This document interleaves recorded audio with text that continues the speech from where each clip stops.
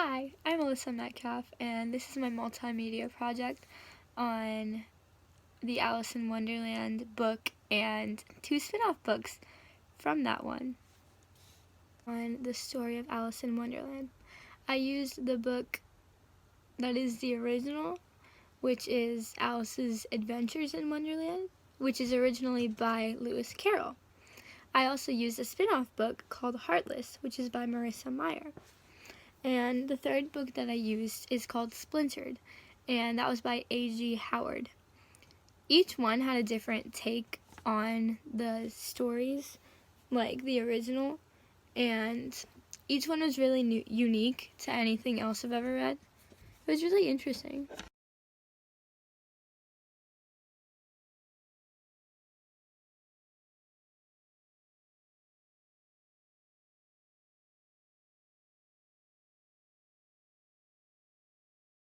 As you can see, each of those is the cover from each book. And one of the specific things that stuck out in each book was their character development. Because in the first book, of course, Alice in Wonderland, no one really thinks of it as such an adult story. Everyone thinks of it as kind of a kid story. But once you actually get into it and analyze it, you can see that there's a lot of character development, and it's like the deeper meaning behind the words is kind of like growing up. Like, Alice is maturing, she's getting older. It's kind of metaphorical in a way, and there are similes that make sense towards that too. It's very deep, and you wouldn't think that because it's such a kid's story, and it's really not, honestly. Alice in Wonderland was published in 1865 and classed as part of the fantasy genre. The narrative is highly metaphorical and deals with a lot of existential concepts as Alice struggles to understand the wonderland she finds herself in. Inspired by a young girl named Alice Liddell at the church where Lewis Carroll was a deacon, Alice in Wonderland has retained its status as an icon in British literature for over 150 years. However, when it was first published, Alice in Wonderland was met with negative feedback from its contemporary readers, who didn't understand Lewis Carroll's technique of combining satire with logic and pure fantasy. In fact, many brushed it off as nonsense. When we look past the absurdity of the novel, it becomes clear that Alice in Wonderland isn't actually nonsense, but incredibly insightful and cleverly written. The most obvious theme is the inevitable end of childhood innocence. Alice is unwavered by her environment and led solely by her curiosity and her childlike sense of wonder. However, upon her arrival in Wonderland, Alice is faced with potions and cakes labelled "eat me and drink me," and when she does, her body swells to the size of a house or shrinks to the size of a pinhole. Alice begins to become aware of her own appearance and her size, and constantly notices and frets about this and how she's going to come across to others, how she'll fit in. In fact, Alice learns that she has no control over her body when her neck becomes as tall as the forest and rises. This video explained what I was trying to explain. It's all about the ending of childhood for Alice, because she starts to go through these different changes, and she starts to be faced with new decisions and new people, and she's not used to any of it. And it's just like growing up. So the whole book is kind of a metaphor for how growing up really is, because that's how it is. People are confused, and she was just as confused. But throughout the whole book, she carries this childlike curiosity with her. And eventually, she changes into, what she becomes. But the next book, Heartless, deals with a lot of character development too. Because at the beginning of the story, it's about this sweet girl who, she wants to be a baker when she's able to. She wants to cook for people. She's really sweet. But then she falls in love with this jester. And it turns out that he is just using her because he just wants to take her heart. all of this has to do with the Queen of Hearts. And it's how the bad queen in the original Alice in Wonderland becomes the way she is. It's supposed to be a backstory of that character. And it does become that way because in the beginning she's very sweet and she's very wanderlust, and then she changes because her jester gets killed and she gives her heart away anyways. And she becomes this harsh queen that we know in Alice in Wonderland. She became this harsh queen because of the pain that she went through. Even, like, her last words in the book are "off with his head," which is iconic for the original story, but it's really painful. A big part of the Heartless story is the character development as well.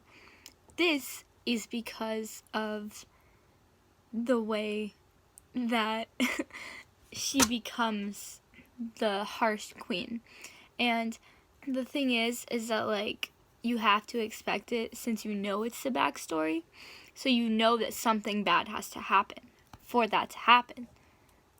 Book, like I said, my favorite part of it was that there was just this sense of doom throughout the whole book, because you know how it's going to end. It's not even like a spoiler, but you're familiar with or chances are you are familiar with the Wonderland story, especially if you're me, you are very familiar with the Wonderland story, and you know that she is going to end up being this complete villain.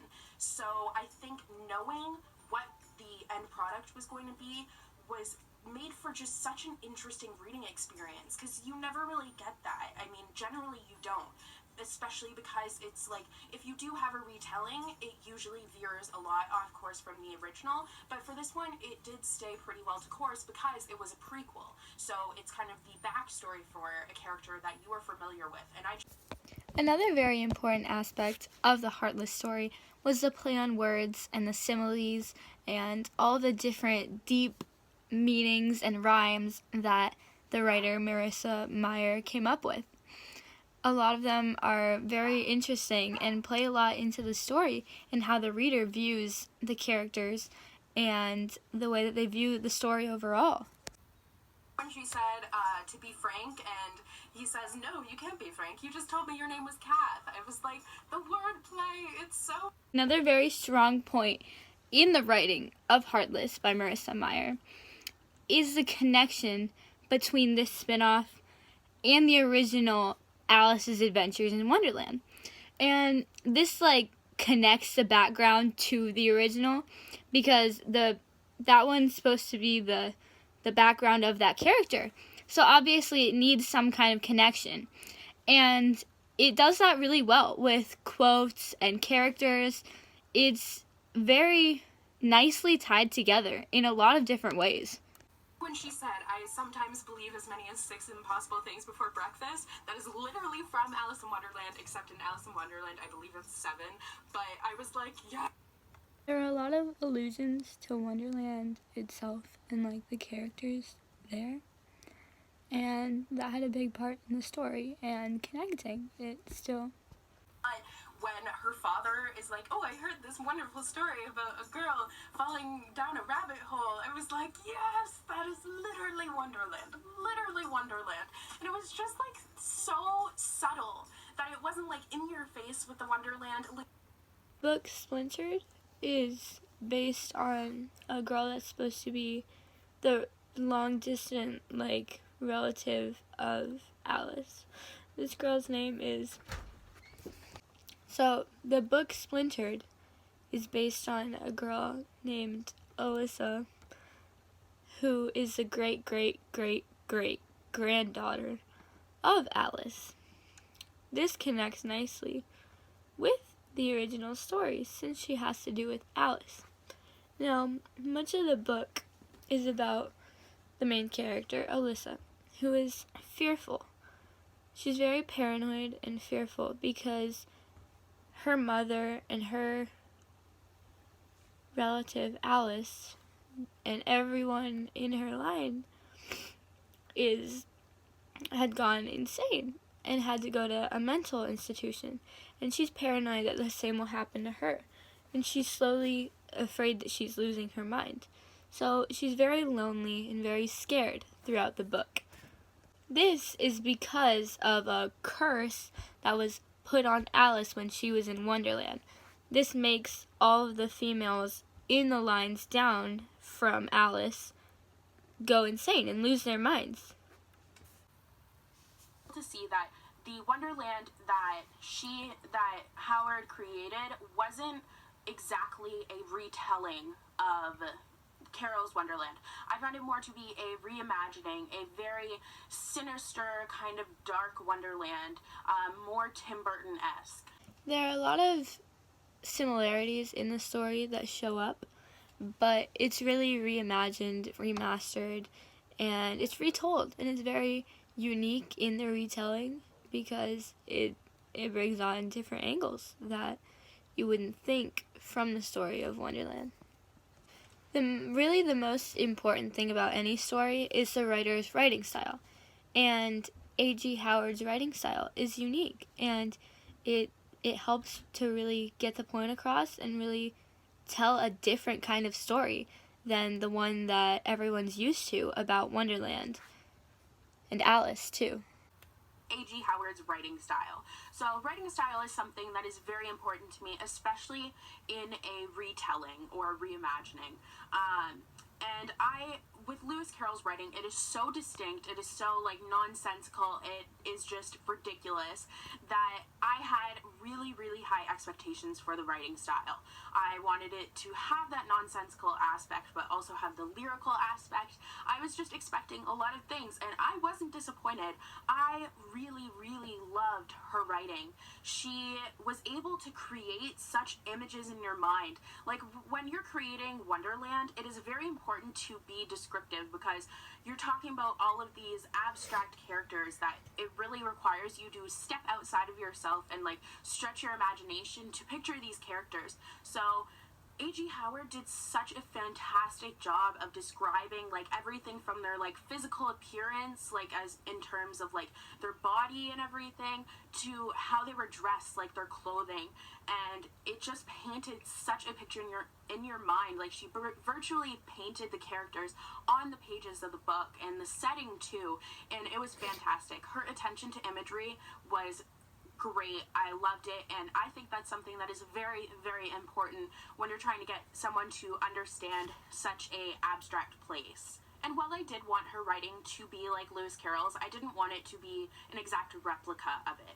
And it really wasn't. She was able to take his style and make it her own and kind of add her own flair to it, and I really, really loved that. Throughout the actual story, the main character is trying to distance herself from her mother, but she's also trying to help to save her mother.